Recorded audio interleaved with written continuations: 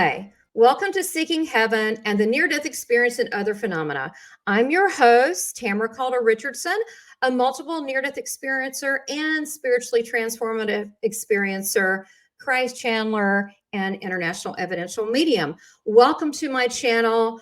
We have amazing guests, anywhere from near-death experiencers like me, spiritually transformative experiencers, out-of-body, UFO, afterlife communications, including not only with spirit people, our family, but also with ET. So we cover a lot, including time travel, cryptids. I've got the fairy lady that's coming on. Well, just amazing, interesting people. So wanted to tell you, if you haven't subscribed, subscribe, share with your friends any episodes that you really like, make comments. I do try to answer them. So I do appreciate it. And also consider to supporting this channel. Spend a lot of long hours on this for you guys, making sure that you have the quality guests here too. That, I want to have fun, but I also want to make it a safe platform for others to ask questions and for my guests to feel like it's a safe platform where they can share a part of themselves with you. And as a near-death experiencer, I know so many times that we, people hear our NDE story, but they don't hear about us as spiritual beings. And that's going to be a little bit different today with our guests. So I'm very excited to present them. So look, thank you for being here. Let's get started. Well, let me tell you a little bit about my guest. My guest is amazing. The first time I met, and I'm talking about Sharon Milliman, and I'm going to bring her on in a minute. But first, I want to tell you a little bit about her. When I first talked to her, we instantly hit it off. Thank goodness, I think it was during a weeknight or Sunday or something, because we talked like 3 hours. I think I had to move my interview because we had the best time talking about so many things that we had in common as near-death experiencers and having many spiritually transformative experiences, such as with Christ. And I thought that was really interesting. So she is a multiple near-death experiencer, a 4-time NDE. She's also had, they're not all lightning, okay? She's had drownings, she's had lightning, she's had reaction to pills, she's had different things, but she has had 4 encounters with lightning, including balls of lightning. That alone is so, to me, very fascinating.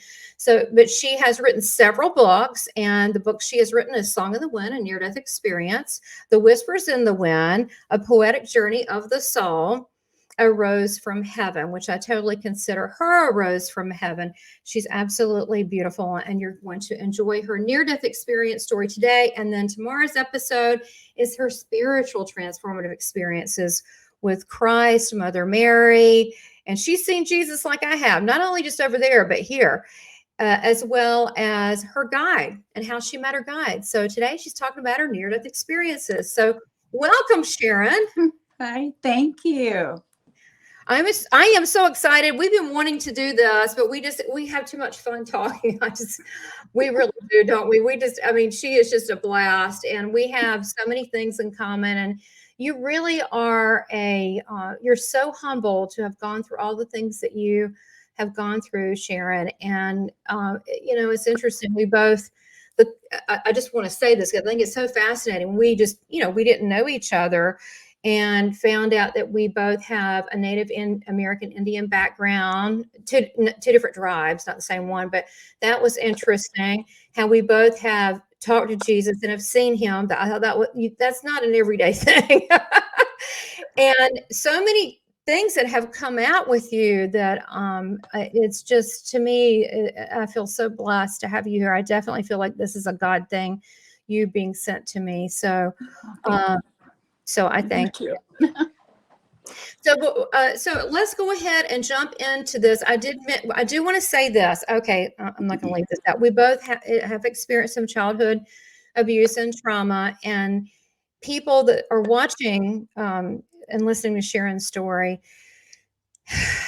yeah, there's some amazing spiritual things and enlightenment and wisdom and all that. But a lot of these are surrounded by trauma, guys. And it's something that you don't want to wish for because not just trauma in physical pain of the near-death experience. Okay, maybe that, but also emotional pain surrounding a lot of these things leading up to and after. So I want you to keep that in mind too. So this is unfortunately common. It comes up, I would say, 9 out of 10 times with people that I interview. But a lot of times they don't want to talk about it. And we don't have to go too much into it, but I did want to mention that for people watching. So maybe start with um, just quickly your childhood, kind of like, you know, what your parents were like, how this first one came about, and then go from there. Okay. Um, my parents were really great. I mean, we had a really good relationship. They were very supportive. Um, and I mean, I lived a pretty normal, well, what I thought was a normal wasn't really normal, but I thought it was normal. Yeah, we all think that till later we find out you're like, man, that was kind of screwed up till you can make comparisons. Well, I was seeing things and all that kind of stuff even as a little teeny child, but I understand that lots of little kids do see things. So I guess I've always said my life is not normal, but it is normal. It's But not anyway, normal. It was my normal too. So see, there it was normal. See? you know, I went to school, got into school activities, church activities, that kind of thing. My parents were very supportive. It wasn't until I was much older that, you know, became an adult that the world started telling me that I was not okay. When I was 13, we moved to West Virginia, and my parents wanted me to learn how to swim. So my mom took us to the Y in the town where I live, and I drowned. And we never really talked about it. My mom was traumatized by it, and we never talked about it. So I didn't know what it was that I experienced. Okay. You know, That's when I common, went under the right? A lot of parents don't want to talk about these things. no, Um, and I didn't know how to talk about it. I was too young to understand what it was that I saw, because I saw the brilliant, beautiful white light, and it was like mm, this close to me before, you know, another. It was my instructor who threw me in, but it was another lifeguard that actually saved me, pulled me out, and did CPR. But I didn't know what that light was, and I didn't know how to talk about it. right, So I understand. that's that. That was the beginning. And you were how old at that time? 13? I was 13. Okay. Yes. Do you know this is weird? At 10, I had almost identical, same thing happen. Lifeguard, light under the I saw the light underwater and heard angels, but it was a drowning. Is it we have a lot in common. Yeah, we do. We're We we're do. like soul sisters and we never knew it. So this is wonderful. So when did you finally start talking about the drowning? Was it as an adult? Yes. Okay. Okay. Yeah. Okay. All right. And then so you kind of hid that like a lot of NDErs do. So what was the second one that you had near death experience? My second near death experience happened when I was about 43. It happened in 2005. I was talking on a cordless phone and was struck by lightning. That was the one. That Okay. was So the big one. that was the big. So you provided some pictures, and so just because I think it helped when people see. All right, here we go. This is Yeah, it. that's the back. And if you look at the red circle, you might have to make it bigger. I don't know. But if you look at the red circle, you can see the char marks on the concrete steps where I Yeah. was sitting. You can totally see that black area, and Mhm. then, and of course you said now this so how did this just was it a bolt that just came It down? was a bolt. It just, Gee. first I heard this rumbling of thunder. And then I heard what sounded like a crack. That I'd heard the thunder already. And then I heard the crack. Like within minutes later, I heard this crack. And that bolt, it came out and it hit my right arm. Okay. Then it went through my body, which left the char marks on the stairs. And it Wow. traveled underneath the house, and it blew the transformer that was directly in front of the house. It just blew it up. Um, but I had that burning, searing, agonizing pain that I don't know. You mean through your body? in my arm, and it crossed into my chest. Ugh.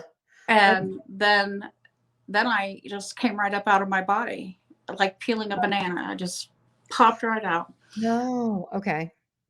But Okay. I didn't know at that time I was dead. I had no knowledge that I was dead. I had no idea what was going on. I Right. started to go into my house through the back door, up those stairs and through the back door. Okay. And I will go into my kitchen, and I'm looking around at everything in the kitchen, and it has a burnt gold look to it. I look at the curtains at the kitchen sink, and they weren't my curtains. Then I go into the dining room and I look at the furniture, and it's not my furniture.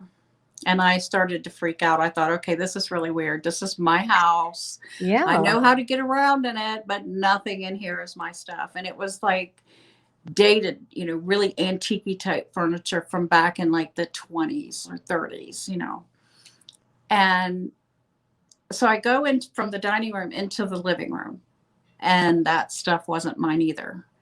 And my family was not in the house. I couldn't see anybody. I don't know where anyone was. And I heard this old time radio show playing, sounded like something from the Waltons, and I couldn't find. I mean, I didn't have a radio in my house, but I couldn't find wherever that was. What do And you I think started. that was? I mean, you weren't this what did you go back in time, or were you just seeing a layer of time, or what do you think? Honestly, I don't know. I've had other people give me suggestions about it, Yeah. saying that they think the lightning was powerful enough to knock me back in time. I've had other people say that maybe it was some parallel thing. I don't really know. I just know that I was in this place, Okay. kind of stuck between worlds, which sometimes happens. Spirits will get stuck between, here and there and whatever. And I think that that's what happened, just for a couple minutes, which seemed like eternity. Right, sure. But I started to just totally panic. And when I did, that's when like the whole room lit up with these beautiful pink and gold clouds. And there was this huge, loving, formless presence that was there that just, I mean, he filled me full of such immense love. I've never felt anything like it. And then we started moving laterally very, very quickly through those pink and gold clouds. So I didn't go up and I didn't go down. We went sideways. And we moved so fast. And at the end of the pink and gold clouds, there was this magnificent garden. And I've never seen anything so beautiful in my life. Explain what it looked like. If you take the most magnificent spring day, temperature of about maybe 75, no humidity, beautiful blue sky, maybe a little few white puffy clouds, but birds are singing, the air is sweet and crisp and clean. It's almost like you could see through the air, which you can't see through the air here because it's so full of smog. But there, it was just so clean, and everything was so brilliant. The colors, the flowers. There were colors I don't have words to tell you what those colors were. Was it a place to sit, or is a walking area, or what was it like? Well, when I first entered into the garden, it was beautiful trees and birds singing and flowers everywhere, and the grass. It was cool, really cool against my feet. There were two men that stepped forward and greeted me as soon as I got there. And at first I thought they were angels because they were dressed in this beautiful, expensive linen type clothing, and they were glowing like from the inside out. Oh. And I thought, those are angels. And then it hit me like a ton of bricks. Oh my God. No, those are my two brothers who had died when they were babies. And now they were fully grown men. And they looked exactly like my dad when my dad was a young man. only Yeah. their hair was longer and real curly. Like my hair is real curly until I straighten it, but their hair was real curly and it was a darker blonde with this kind of color running through it. And I don't know, they were just so beautiful. We had this wonderful family reunion. You know, it was like when I realized who they were, it was like they were grinning, and they actually were the ones that told me I died, because I didn't even know at that point that I was dead. I had no idea, and Probably I felt was more just. alive than ever, and probably the opposite.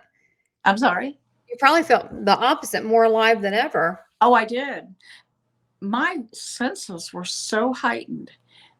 Everything was so. It was like I had my five senses times 10. You know, I could see very long distances away, but within great detail. I saw buildings, and I saw people, and I saw babies and children, and I saw angels, and I saw. There was no old people. There was no sick people. Right. I mean, I saw people dressed in different time period clothing, and but everybody was young and beautiful and glowy. And so when they told me I was dead, I looked down the front of me to see if I had a body, and I did have a body. Okay. And what did what perception of age were you? What do you think? I was probably, I don't know, maybe in my 30s. Okay. I mean, Yeah. I was I look like me, but I was a much better version of me. We all do. It's funny because it comes up a lot, and I've had people, "Oh, there are old people in heaven." Really, do you want to be 90, or do you want to be like 29 or 24 or 32? You know what I mean? I mean, Exactly. you want to not be your glorified better self. So, when your brothers came to you, did they fill you in on anything? Did they give you any messages? Um, just that they were happy to see me, and they had to tell me that I died. And there was a lot of hugging, a lot of tears. It was like, oh my gosh, Dad would be so happy to see you. He would be so proud of you. And, you know, it was a lot of that kind of thing. And they stayed with me throughout this process. And it seemed like even though I was probably only there for a very short time, it seemed like I was there forever. Okay. So much happened because there's no time in heaven like we know it here. And Right. so 2 or 3 minutes could seem like an eternity, because there's just no Right. way to measure time there. Mm. And I looked down the front of me, and I saw my hair down the front of me. I saw my clothes. I was still, thank God, I was still wearing what I was wearing when I died. Okay. And um, my two brothers walked with me, and a little bit further into the garden, and there was a whole bunch of other people that big huge loving presence was still with me, and he moved from beside me to behind me. And Okay. then there was a whole bunch of other people that I knew, but I didn't know where I knew them from, and they were from all different, time periods. I'm assuming they were relatives, but they knew me, and I knew them, but I didn't know where. And I saw women in gowns, and men in suits, and people in regular clothes like we wear now. So it just, I guess, depended upon whatever time they died in, I guess. I don't know really. Mhm. I got it. But nobody was over the age of 25 or 30. Well, I saw lots of buildings on the outskirts of what I call the glorious city. And I did see a building, this beautiful building, and there were children running all around and playing and having a great time, but they were all different ages, Okay. little teeny tiny ones in arms. There were relatives taking care of them, angels, people, mentors and teachers. These people were all specifically trained to care for these children who had passed away at different ages and stages, Mhm. and what I understood is that we grow. You know, when we're in heaven, we continue to grow spiritually. Yes, that's We what. will also grow physically to a certain point, and then we stop growing Yep, same thing. physically. And that exact things comes through in readings is that, oh, the grandfather's here. When they passed, they were this age. They're now 21, they're now, they may be 21 and blah, blah, blah. They do grow up it's kind of weird. It's not really an age, but they do get older looking. I guess maybe they're trying to mimic or I don't know, maybe make up the life that was here. But I do see that it's not exactly the same, but they do. And then they kind of peak out at it when everybody looks good in the same age. But that's exactly what I get in readings that comes through. So that's nice to hear that you Yeah. got the same thing. That's very validating and very comforting to so many people, especially those that have lost children. So walk through, because I want to make sure we get through to all your 4 NDEs, and then I know that we're going to go on to the next episode about these, because you've had so many spiritual experiences too. But so when you're there, at what point do you come back? Well, I saw Jesus, and I sat on a log and I spoke with God. And then after that, it was a beautiful, wonderful conversation. It was absolutely wonderful. And it's exactly what I needed at the time in my life, because my life was, I was married, not to who I'm married to now, but I was married before, and it was a very, very abusive relationship. And so God had something to say to me, and I wasn't listening. So thus the 4 lightning strikes.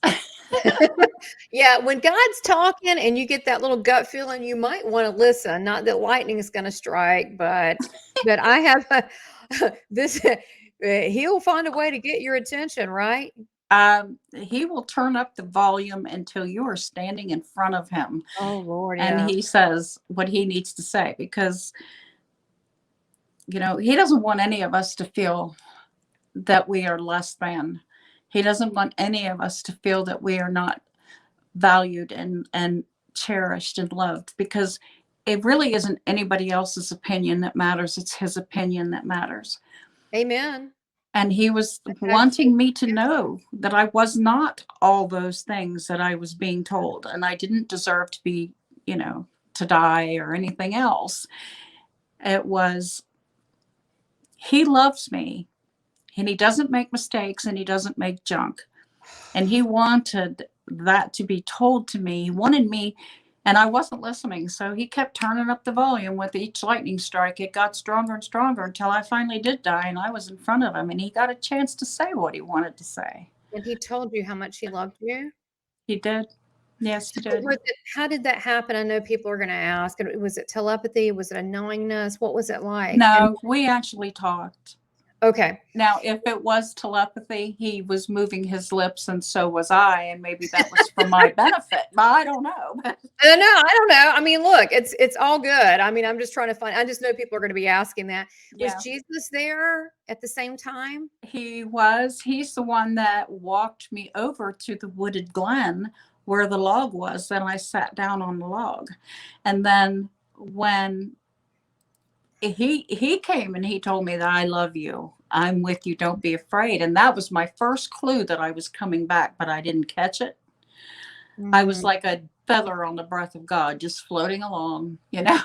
So much was happening, and I didn't know how to take it all in. It Yeah, was just beyond, sure. beyond. So he walked me to the wooded glen, and I sat down on the log. And there was a stream that just had to look like a million diamonds sparkling in the sunlight. And so I sat down, and there was a man sitting on the other end of the log, and that was God. And then he started asking me questions, and I couldn't figure out. I was like, what? He said, what would you do if it was just me and you? And I was like, Yeah. What you really interesting? What did what you do you say? mean? That's interesting. That's kind of, you're like, wow, I didn't expect questions. What did you No, say? I didn't know what to expect. I was in awe. I was like, Yeah. Like, so the question was, what would you do if it was just me and you? What'd you say?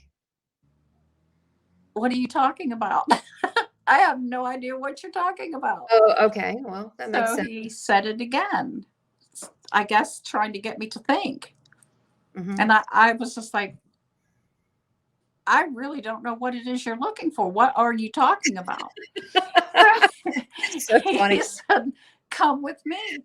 So I said, okay. So we get up and we walk further into the wooded area, and there's this clearing.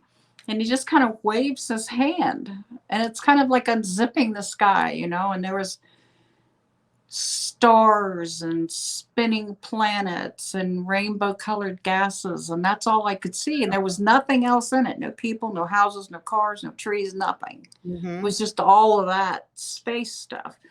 And Mhm. I saw it and I thought, oh my God, that is so huge with Yeah. nobody in it. And I looked at him and I said, no, I don't think so. Because if it's all of that and just me and you and nothing else, you would really be tired of me after the first 10 minutes with all my questions and chatter, and then you wouldn't like me anymore. You said that? I did. And he threw his head back and he laughed. And his laugh was so infectious that I started laughing at myself. And I thought, oh my God, Sharon, what did you just do? You told God no. You're Who like, does "Yeah, I that? don't think I want the galaxy and stuff. I think you'd be bored with me." Yes, That's so exactly what cute. It's exactly. so You know what? cute, dude. It almost sounds like, when you're innocent, you're young, and you're a little child, and you just blurt out the most innocent thing. Well, I didn't even know I mean, the question was bigger than my brain, and it was like, Sure. I don't know what you're Right, talking about. right. And I didn't know how to answer. And then when he showed me, outer space, and I was like, no, I've never been an outer space type person anyway. Right. So when I saw all of that, it was like, oh, this is just too much. I don't know how to deal with this. So But then what happened after that? Then did you just did yeah, it well, was well, we went back and we sat back. I mean, he laughed. Oh, he had such a beautiful laugh, and his eyes were sparkling when he was laughing. And I thought, okay, this is going to turn out good. So we went back and we sat back down, and he asked me the question again. What would you do if it was just me and you? Well, I still didn't know how to answer. And it was like all of a sudden I started having these thoughts in my head. Mhm. And I don't know where this came from or why I said this, because I've never read the Quran in my life. I don't know anything about it. But I said, God, your 100th name in the Quran is God is everywhere, God is nowhere, and God is in me. He said, yes, that's right. And I was looking at this gorgeous tree in front of me, this 1,000-year-old tree, this ancient, beautiful oak tree. And I could see the detail of the bark, and I could see the roots beneath the ground pulling nutrients out of the soil. And it goes up into the bark and into the branches and then into the leaves. And the leaves clean the air, and we breathe the air. So everything is connected to everything else and depends upon everything else. And that was so huge. So I said, God, you made this tree. You are in this tree. So when I see this tree, I see you. He said, yeah, that's right. And I started thinking about my parents, and I said the same thing. God, you made my parents. You're in my parents. When I see my parents, I see you. Then I Mhm. started thinking about the man I was married to and how he had hurt me, and that there are other people in this world that are cruel and mean to other people. Right. And I said, God, you made those people. You were in those people. So when I see those people, I see you. And he said, yes, that's right. He said, now I have a question for you. He said, when you look in the mirror, what do you see? Well, because all of my adult life, I've been told I'm fat, I'm ugly, I'm stupid, I'm worthless, I'm all of these things. I Sure. didn't know what to say. And my first response was going to be not much, just me. But that's not what you tell God. So I said, well, God, you made me, you're in me. So when I look in a mirror, I see you. He said, yeah, that's right. And he was so happy. And it made me happy because I felt like, oh my gosh, I got the answer right. I did something right. And I was so happy. But then he went on to say that I don't make mistakes, I don't make junk, and I don't see you the way the world sees you or the way the world is making you think. Hmm. And you are not that stuff. I love you for who you are, for who I made you to be. And I see you perfectly. And my love makes you perfect. It's not, even though we are imperfect people in an imperfect world, Hmm. he does not see that. He sees what's in here. It's not this out here, it's this in here. Your intentions of your heart and who you are as Mhm. a whole being. He's the reader of hearts, he's the healer of hearts, Ooh, and he knows what's in your heart without you even saying a word. absolutely. Well, so now what's Jesus doing during all this time? Is he still He was walking around talking to no, I don't really know. He disappeared. he's very He's so sociable. He neat and probably was, grumpy. he probably was talking to other people and saying, Oh, "Okay, I'm sure. say, I'll be right back." And because he's very popular.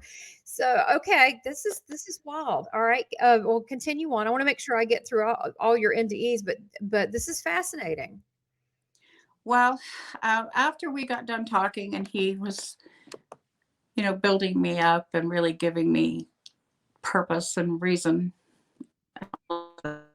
my soul needed healing so desperately. Um, there were two angels that came and they walked me over and no, they don't have wings, and no, they don't float 2 feet off the ground, like butterflies. That's not. They were beautiful, beautiful women, and they had these beautiful ornate gowns on, and they walked me over to this lake that was like glass, and I looked down into the water, and I could see the earth below. Wow. Okay. And And I so, saw a lot of future world events, things that are happening now, but I saw it back then. you can be general about it if you want to. Okay. Well, I wrote some of it in my book and some of it online. I have a document that has everything, but it's too much to do.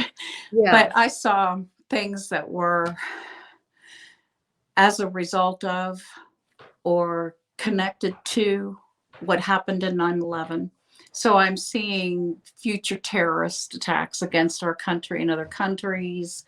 I saw women and children being used as human shields. I saw bombs. I saw,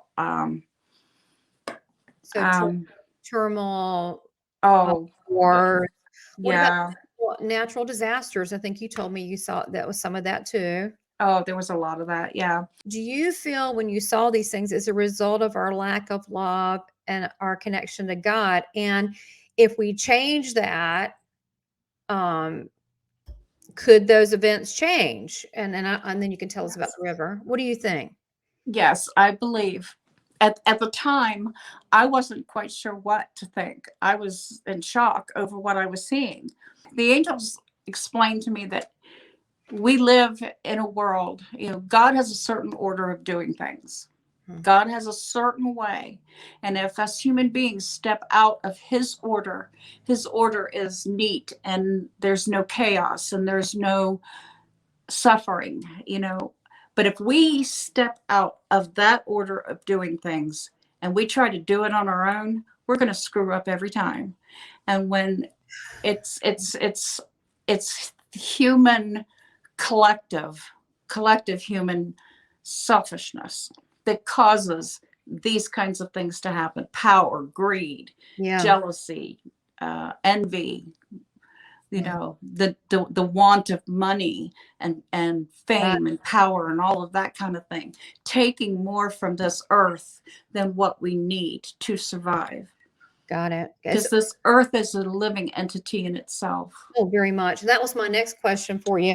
And I want to talk about the river and the natural disasters. But do you feel that these natural disasters, some people sing tsunamis and all that, that it is that's the Mother Earth's reaction to Gaia, to the Earth badly, Yes. polluting and all of that. If you stop and think about how the human body has natural cushion between the joints and the bones, we have natural lubricant that keeps our arms and our knees and our hips moving and all that kind of stuff.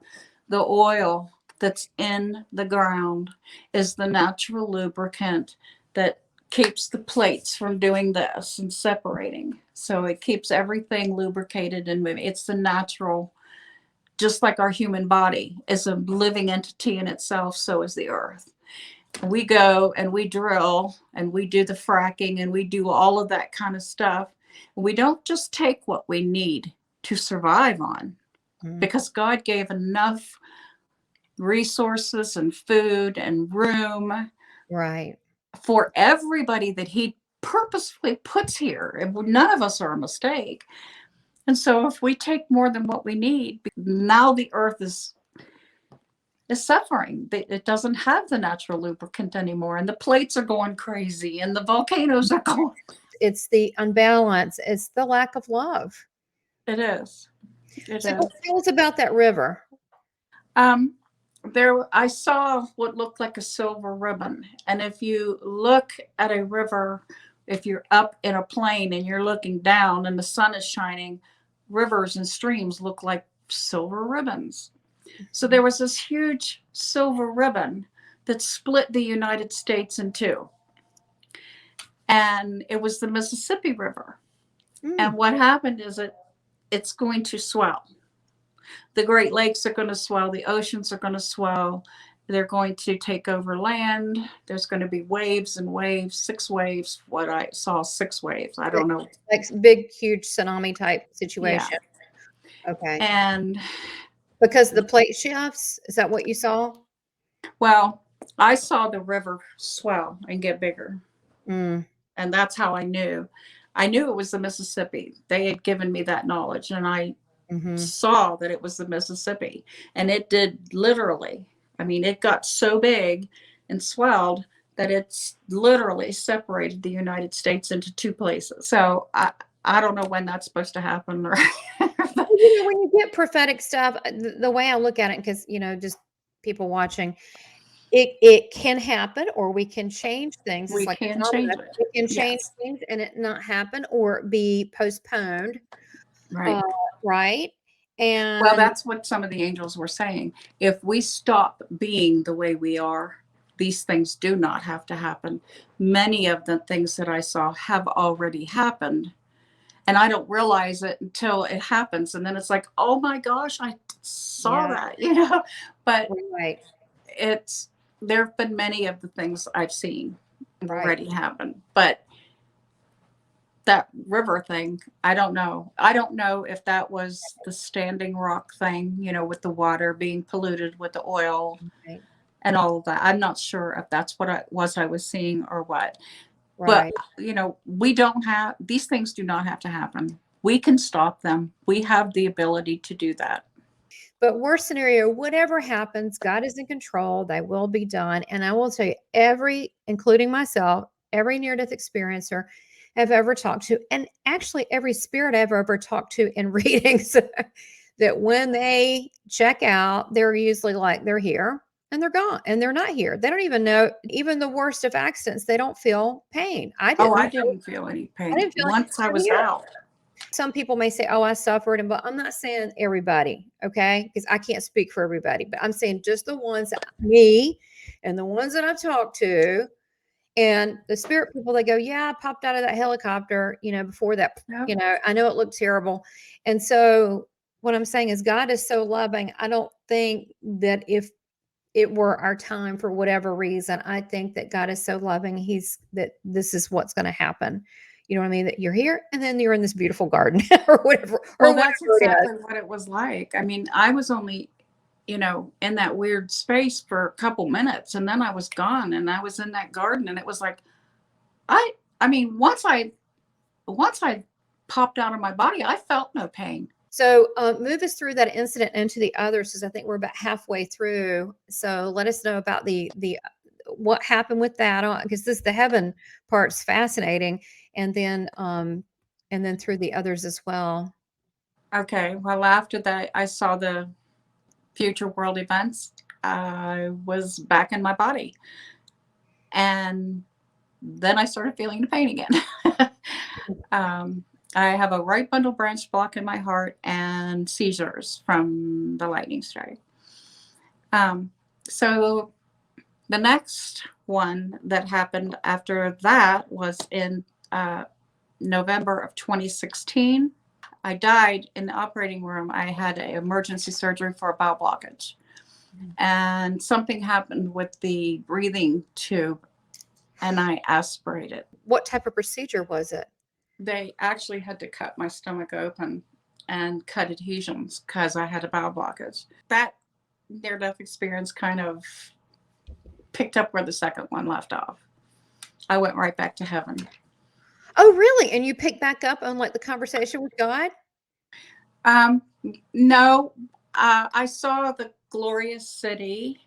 I saw all the landmarks that I had seen before. There was a fieldstone wall with pink roses. I saw that. I saw people coming out of the garden where I had been before. Mm-hmm. Only this time I'm up at the golden wall, right where the city is. So they're all coming. Is it translucent? Is it bright colors? Explain what. No, it was solid. It was tall. It was as solid as it, like real thick, pure gold cinder blocks. And it was tall. And I kept thinking, how am I going to jump that wall? How am I going to get over that wall? I am not coming back here again. How am I going to get through there?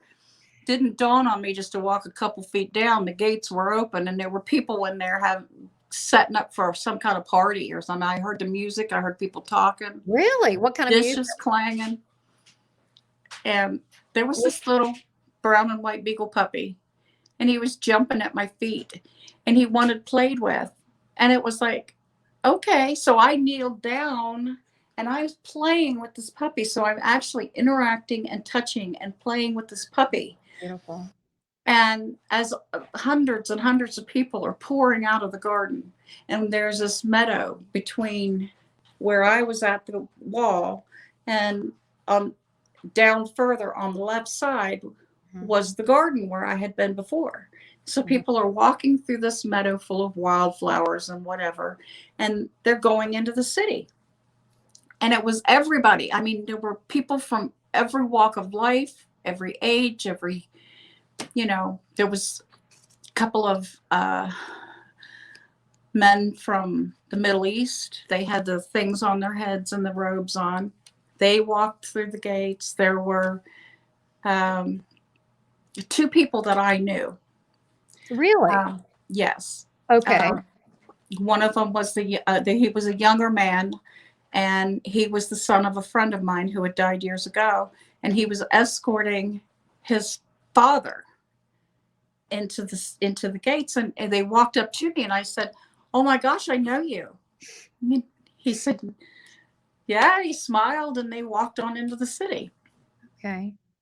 So I'm playing with this puppy, and I'm watching all these other people, and the next thing I know, I mean, it goes on further, but for the most part, I get back into my body. I am on a breathing machine.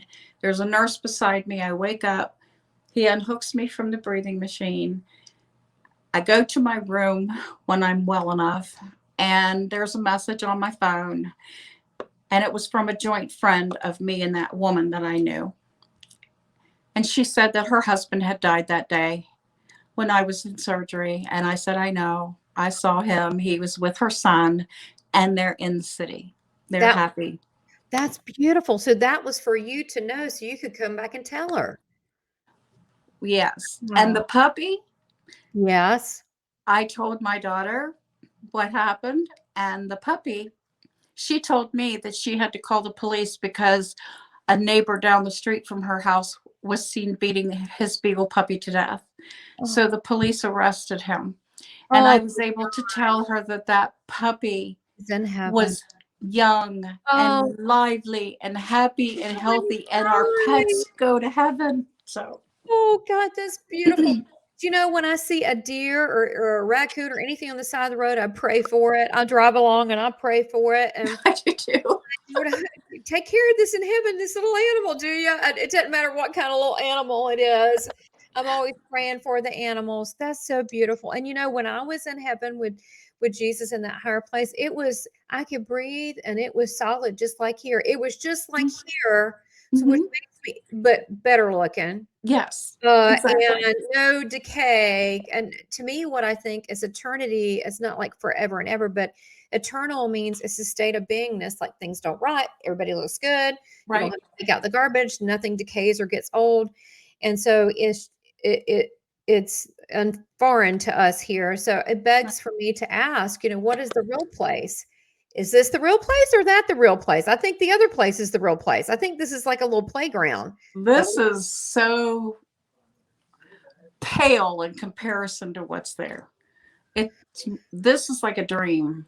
There, it's more real than real.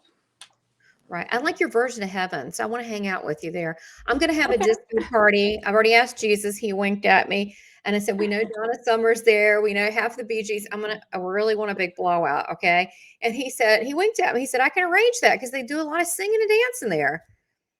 Yeah, they do. And there's I heard music like you'd never believe. Really good stuff. Like, Oh my gosh, yeah, beautiful music, gorgeous music. yeah, I mean, it's not all like, "La," but they have all kinds of music there and Mhm. art. I mean, you Well, know, the music I heard in my third NDE sounded like carnival music. You know, real happy, joyful yeah. carnival type For music. sure. I mean, not the creepy like carnival No, music. not creepy carnival. I don't know what other word to use, but That's so funny. So you're back and you've got these nurses there. Did they know what happened? I um I asked to speak to both of my doctors, and when I told them that I was in heaven, they kind of wide-eyed looked through my chart and ran out of the room. They Mm, sent the nurses in. They wouldn't talk to me anymore. So the mm. nurses came in, and the nurses told me that I had aspirated the tube, the breathing tube, So and I ended up aspirated with double means pneumonia. you couldn't breathe. You stopped Hmm. breathing. That's what that Yes. meant. Okay. So you had double pneumonia. That Yes. sucked. So you couldn't leave the hospital for a while. Right. Oh my In God. fact, but I was still glowing, and I felt so good. I had no idea I was sick. And then I didn't even have any pain where they cut me open. It was like, I'm ready to party. This is great, you know? And Mm. everybody's running in with all these bags of antibiotics and taking my temperature and ice and all this kind of stuff. And I was like, what's wrong with you people? I'm fine. You know? So nobody wanted to say anything. You know, one thing I wanted to point out, and I know you've been on also Dr. Oz and different shows and different. I mean, your story's amazing. I mean, I think you're amazing. I mean, I just fell in love with you first time I talked to you. I just think you're wonderful. But people don't realize they go, oh, well, medical so and so. Yeah, sometimes there's medical records. You're in the hospital.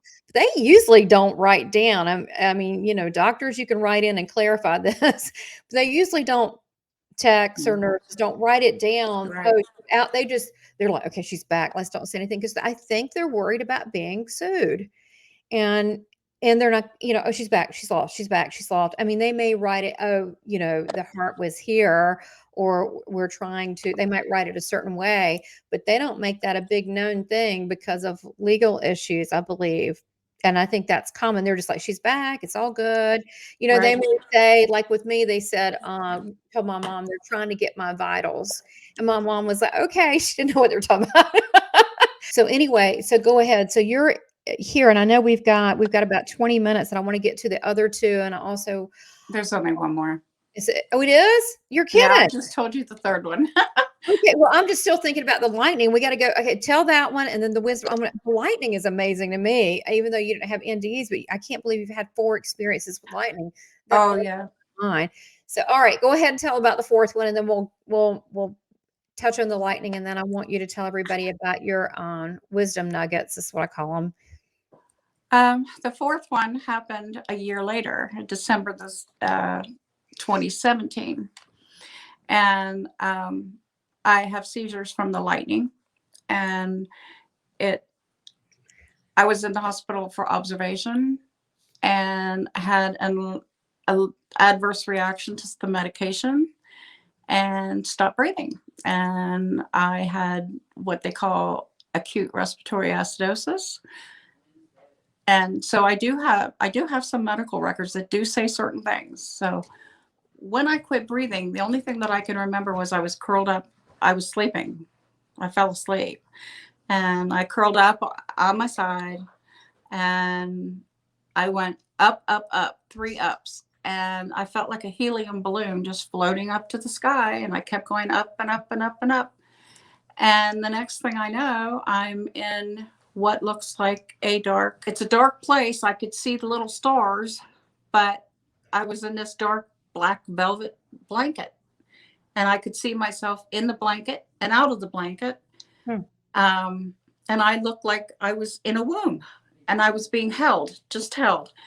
And God was this big, huge, huge loving presence again. And I could hear him talking either to me or to someone else about me. And it was just, I was ready to go. I was just tired by that point. And I was just like, I'm not going back. And you can't make me go back. I'm not going back. And I heard him say, just let me hold you. Just think about this. Let's not be hasty. Just let me hold you. You're tired. You're depressed. Let me hold you. I've got you. You're okay. Just rest. Mm-hmm. And then the next thing I know, I'm back in my body, in a bed, and the lights are on, brilliant in my face. And that was what was painful. And the doctor was screaming at me, and there were nurses everywhere. And my husband, the man I'm married to now, was standing in the doorway. And that's my coming back experience. It was like, really? I go from this peaceful, beautiful, dark place, soft, warm, to this? And, I was like, please let me go back. So that was that. Wow, that's it, really. So I know there was some abuse with one marriage, and now then you end up meeting the nice man. Were you married to the man you are now, the nice one, at that time, or? I was married to him for my third and my fourth. My second near-death experience, I was married to The jerk guy. the not so nice person. Not so nice person. So how did since the third and fourth you were with your sweet husband now, how did that, was there any integration? Because people never talk about the spouses. Did he know how to be supportive? Did he listen yeah. to you? He's had his own experience, so he understands completely. I didn't have to try and convince him of anything. When I was married previously, my second near-death experience, I was not the same person. I totally changed completely, and he did not understand it. He didn't believe in any of it. He said, if I can't see it or touch it, it's not real. And I don't care if that's God, the wind, spirit. I don't care who it is. He'll find out. I know, that's what I say. You love people like that. You're like, yeah, it doesn't really matter because you're going to find out. So, what's really interesting is when, in readings, I'll get atheists. Like, honestly, my stepdad was a huge atheist, and he came through and he was spirit, and he had a really hard time dealing with it because he just knew there was nothing. And he took a long time before he crossed over. I mean, I don't know if that's correct. It's politically correct to say that, but he did, because he was still fighting the process. But we've done this so many times. Come on. We know the process of being born and the process of leaving. And if we just surrender to, thy will be done to God, it's all going to work out. When we fight it, it's not so good. Right? Because God's going to take care of it. That's exactly right. I've told people that I know are passing away, don't fight it. Just give in, surrender to God. Don't fight it. Right. I mean, everybody's going to die. It's just a matter of how and when. You're born dying. You have no choice. That's the cycle of life. You're born, you live, you die, and then you're reborn again in heaven. That's just how it is. Right. And this creation, we are the way I see it, we're part of creation, which is God, right? He created us. So I say he, you can call he, she. I don't get hung up on that. But it's it, I don't want to say it, that's disrespectful, but Right. I know. that's kinda, I don't know, say the source, the one that creates all of us, that we are a creation, therefore we can't die. We keep creating. So we go back to heaven and maybe part of us comes back in other bodies, part of it stays there. Look, it's a big operation. I mean, look, we're not just singularly here. We are our spirit. So there's no reason we can't be up there partially and be in other bodies or other plant. I mean, seriously, we're huge. I mean, we're a spirit. We can multitask. So we don't really know the whole big picture. No. We really don't. We can talk about it. But we do know that there is a process where you do go back home, which Right. where the beagle was, and where all these you get to see everybody, and everybody's happy, and no hard feelings when you see people. There's no hard feelings. Right. Everybody's just thrilled that you're there, and there's a oneness. So that's, I mean, that is beautiful. Now, okay, the lightning, that blows my mind. Okay, so now I know you only had the one in the lightning, but four, I mean, because you had one, I mean, that's what blows my mind about this lightning. You had one, was it 2005, and then every other year? It was every other year before the 2005. Okay. Twice was ball lightning, and twice was the lightning bolts. So Real. the So ball lightning came through the cracks in the window. yeah, that's what you were saying. That is nuts. Let me see, pull that picture up again. So you have a picture of, you had a big transformer outside of your home. Mhm. And then you've got the one, okay, with it, we don't want to keep showing the charge stairs, but oh my God. Oh, sweetie God, that's not your body, Lord. Oh my Well, God. I was kind of like my phone. You should have seen my phone. My phone was charred and smoking, and it was like Yeah. flew clear on the other end of the I yard. mean, how do you handle, I mean, it's a wonder we're doing this interview, which by the way, let's keep recording. We're going to put that in there. Okay, God, help. But I mean, do you affect energy? I mean, you got to be like this Well, energy. I screw up phones if I get on the phone, and if it's two NDErs, me and another NDEr, that's it. The phone will always die. Um, Today, just after we got done talking and before we did this interview, Oh no, what? well, my phone shut off when you and I were talking. Yeah. And then twice after that, I couldn't get the phone. I tried to make two other phone calls. I couldn't make them. I couldn't text anything. Nothing would go through. Okay, so this is funny. Mine totally froze up for a while, but then I came back. I always, like for years, I think about my clocks. I have clocks like a crazy person in every room, like everywhere, because I figured if that stopped, then I'd have others going. And I'm still a little obsessive like that. But I had a friend who did a energy exercise with me. We did a little past life, and I didn't just start doing this clock business this life. Apparently, I've been doing stuff with time and doing things for a few lives. So I realized this is not in my best interest to keep doing this. So we worked on something to stop doing that. It's helped. It's helped a lot. So I don't stop the clocks. But yeah, all this lightning. Why do you think that it's sort of? I mean, seriously, this is not two balls and two lightning strikes. Why do you think it's like you're a conduit somehow? Um, do you No. protect yourself now when it's raining and stay indoors? Is it I fancy? go run and hide skip myself underneath a rubber mattress and hide in the closet. I was gonna say you're like under the sofa with the dogs, right? You're the like, ah. So, did you have any after effects from your near death experience? I mean, you're so spiritual. You've always been spiritual. So, did you notice anything else that I like a started, well, one of the, I started seeing spirits, but they yeah, look like regular people, yeah, exactly, because they are. They're solid, yeah, you they're know, like like us. people.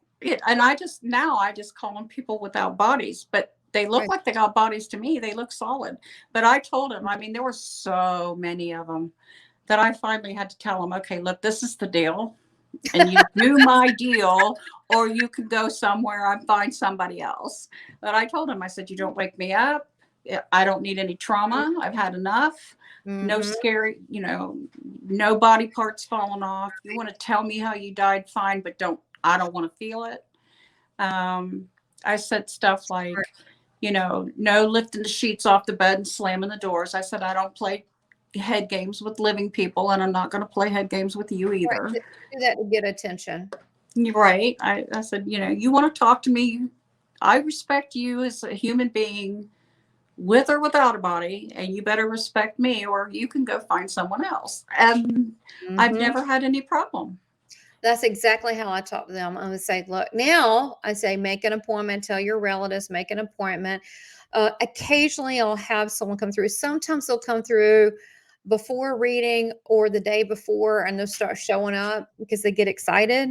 Like, I'm so excited. And I'm like, okay. And I'll tell someone, do you so-and-so, are they with you? They're like, yes. I'm like, you need to wait. But they would come through before that. And it's helped a lot doing this professionally because they know they can make, there's a time for them that I can, but sometimes no, sometimes they'll slam me. Sometimes they will do that. They do that. They like to do that.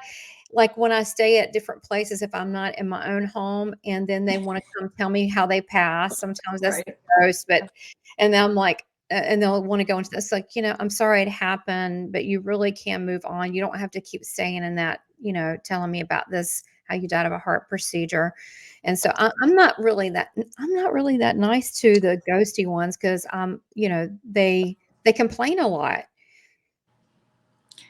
I've never had anybody do that, but what complain like, oh, my heart and da da da. I'm like, no, okay, I've never had it. really? They Yeah. don't know. Probably because I've already told them. No, You're well, not showing me. I don't want to see it. You're not welcome to do that. But yeah, I've had in the past when I was training with another medium, and we had people all night because all these mediums were in a hotel trying to talk to us, tell us what happened all night. I was like, no, go away. I got to sleep. But what you're doing is the right thing, is to say I have boundaries, and you're kind, and you lay down the law. So next time you're going to be talking about your different spiritually transformative episodes, encounters of seeing Jesus more than one time, and you still talk to him still, which is why we have one of the connections. I mean, there's a strong connection between us, but there's others. And then the Mother Mary, and then also meeting your Indian guide, Gray Eagle. And so please stay tuned. It's a totally different type of episode where we get into this more I guess it's mystical, esoteric type of things. I think it's very real to me, but we're going to go into that. It's very, very real. And so before we end off, I'm going to tell everybody where to get your books and all of that. Is there anything that you want to mention about that you would like to share, like your summary of what you think happened and what you would like to tell others watching? I think the 4 lightning strikes happened because I wasn't listening. And God is always talking to us because he loves us so very much. And he loves you as if you were the only one he ever created. And he can love you that way. And he can love me that way. And he can love the next person that way. I mean, he's omnipotent and omnipresent, which means he can be everywhere at all at the same time. And he can love each one of us individually that much. And I tell people that he loves you so much that he thinks about you 24/7 every moment of every day. And if he didn't love you that much, he would stop thinking about you and you would just cease to be. And so since you're still here, you know that he loves you and that you're always on the divine mind of God. And that no matter how little we might be in the grand scheme of everything that he created, we are so immensely important to him, to everything else that he created. And believe me, he talks to you and he hears you, and he may not answer you verbally, or he might, who knows, but he will answer you. You just have to listen and look, because I noticed that he talks in many, many ways, not just the Bible, but music and animals and nature and other people and other holy books and the Bible, yes. But I mean, he's God. He can talk to you in any way he wants to. Symbols. And, we always think about, what do they say? When you're talking to someone, you might be entertaining an angel. I think that's very true. Oh, You never know. You never know. God can also place angels in your path as well to help. Definitely. And they can take the form of really anything, but they could definitely take the form of a human and then be Yeah. gone because they're at a high level. They can do that. So, and Exactly. also, did you want to, since this is the holiday month, did you want to end off on anything since we're celebrating Jesus? Did you want to say anything? I know we're going to talk more about him in the second episode. We're going to really get into some Jesus on the second episode. But is there anything you wanted to say for as him and him being there during your NDEs? Oh my gosh, he's so beautiful. I could go on for 2 hours. I'll just Oh, are you kidding? Okay, we'll save it for the next one. He's awesome. I know he's he's so amazing, and he loves you too. And he's real. He's not a fictional character. He's real. And and we're going to talk about this on the second episode, but when you hear Christ consciousness, I'm not slamming anybody. I'm just going to tell you my opinion. This is Tamara's opinion. I have an opinion. I've seen him in the flesh. I mean, he was solid. He was solid. Oh yeah. He is solid, and you've seen him a few times. I'm not talking about in heaven. I'm talking about on this physical earth plane. And I'm just telling you, it was not his consciousness or imagination or a mirage. It was Or a dream or a or a vision. dream. I mean, he was as real as me or you. And Yeah, so he can exactly. do those he can do those kinds of things. I really wasn't expecting it, kind of shocked.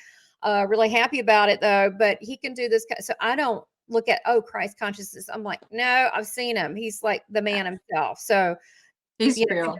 yeah, he's real. I And mean, if he can do that for you and me, he can do that for anybody. of course. I mean, I wouldn't say, hey, Jesus, show yourself. I didn't do that. No, I didn't either. I was shocked. I was I like, was shocked. what? I'm losing my mind as so we'll talk about that.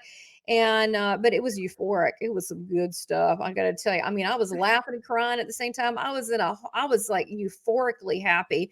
I mean, I couldn't have been happier. I mean, that was maybe, you wonder why he shows himself. I think a lot of, now that I know that's possible, I'm like, yeah, that was good. Okay, I'm open to that. But he does that for everybody. He loves everybody. So we're going to Mhm. talk about Jesus more and maybe what, you can't define that for other people, but only our experiences. So I want to hear about yours. And we're going to have a Jesus fest because it's just it's good. I just got to tell you, it's just so, he's just so non-judgmental, he's just so loving. Compassionate. And Yeah. he's very approachable. It's like people Yeah. think they have to drop to the floor and go like this. Yeah, I didn't do that. I was down like, to earth. No, you were like me, like kind of fussy and just yourself, And I I know, I was was. like, what? I'm always fussy and talking. Why do you send me that for? I just talk to him like a person, and he's just like a person. He's really funny too, and that's not meant in any sacrilegious, disrespectful way. But that's how he's just a person. That's how he comes through to me as well. So, well, look, thank you so much. And I want everybody to get, Sharon's got quite a few books here. The one is a Song in the Wind, and show the others that you have. A Song in the Wind. Oh, turn that around. A Oh, Rose from sorry. Heaven. And then This you've is my also children's book. the children's book. And tell us about both of those real quick, and then we'll say goodbye to everybody. Okay, this is my first book, and it's about 2 of my 4 near-death experiences, because a month after this book was published, I had the other 2. So I'm working on a sequel to this. Oh, fantastic. And this is my children's book. Oh, it's beautiful. You got beautiful illustrations in it. Did you do that yourself, or did you have No, someone? I had a friend do it, and she did wonderful. Beautiful. She But did a that's very God good right there. job. Oh, wow. And then there's Jesus right there. Oh, he's got really long hair. That's Oh, beautiful. yes. And that's what his hair looked like. Beautiful. Wow, that's so beautiful. Yeah, I tell you what, you're just amazing. There's just Oh, so much. I mean, so we're going to have you on this episode about the spiritually transformative, and I've got a special surprise. We're also going to have you. And I'm not sure exactly who yet. We're going to do nothing but talk about with other Jesus NDErs. We're going to talk about Jesus Man, we're going to be so high. We're going to be so high for that episode because every time I do something like that, I get so high. I'm like, whoa, okay. You know, you just feel that energy. It just feels so good and so loving. It's like really pulling, and you can, that white light loving feeling, you can pull that here. You can get some of that here, especially like in a meditation, or if you just start talking about a lot. When you were talking about heaven, I was getting kind of high. You talking about it. So, you know, I hate that we even have to go into the nurses and stuff. I just want to stick there because I just keep getting high while you're talking on God, you know, but we do want to get the, you know, the different particulars, and there's so much to your near-death experiences. Please get Sharon's book. She's amazing. Join us for the next episode. And, you know, I just really respect and adore you. And really am happy that you're sharing your story and sharing a part of yourself. It's a gift. And I thank you. Thank you. Much love and namaste.